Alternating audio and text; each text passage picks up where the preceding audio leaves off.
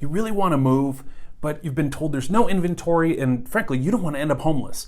Well, I've got some answers for you coming up.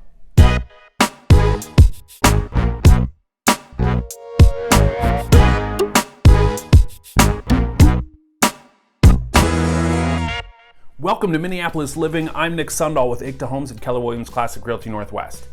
Before I get to the ways that you can go buy that new house, before you actually sell yours, hit that subscribe button. When you're there, ring the bell. That way you're alerted every time I upload new content every week.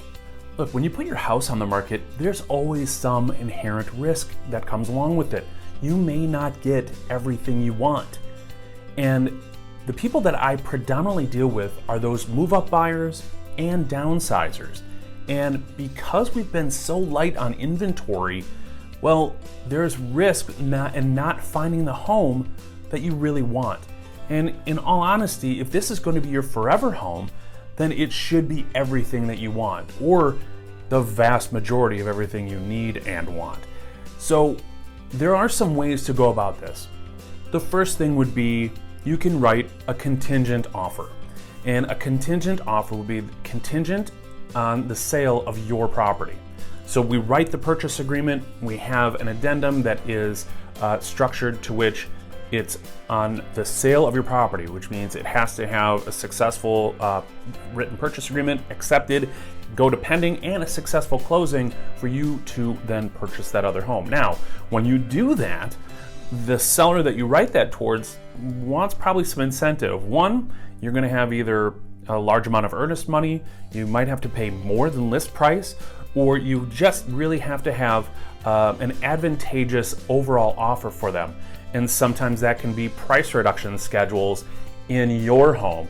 I've had a couple of those written in where the seller, we agreed to drop the price of the home that we're selling so we can move quicker on that to then move into the new property. So writing the contingent offer is the safest way to go about it. And frankly, that's the one I'd highly recommend, only because it keeps your financial interests in your current property as strong as possible.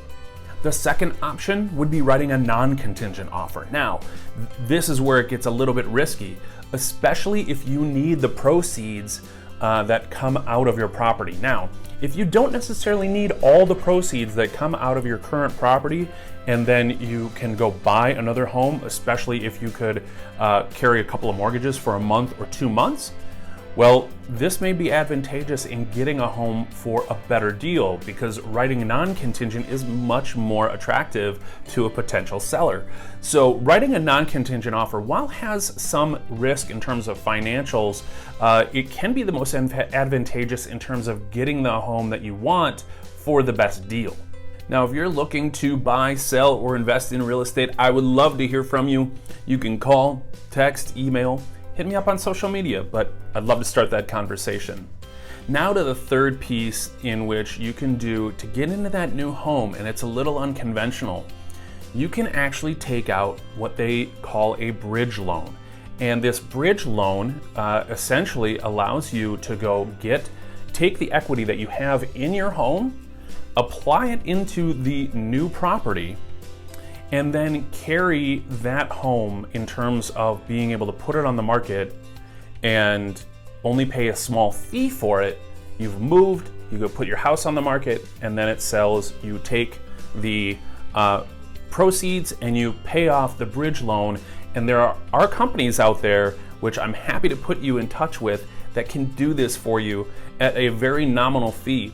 This really works well for the move-up buyer. Specifically, it works really well for move-up buyers that have more than 20% equity, preferably 30 or 40% equity in their current property to go buy their dream home.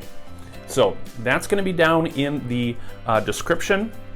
Please comment below on any questions you have about buying and selling real estate. I will be happy to answer them for you. This is Minneapolis Living. I appreciate you watching. Please stay safe, stay healthy, and I'll see you next time.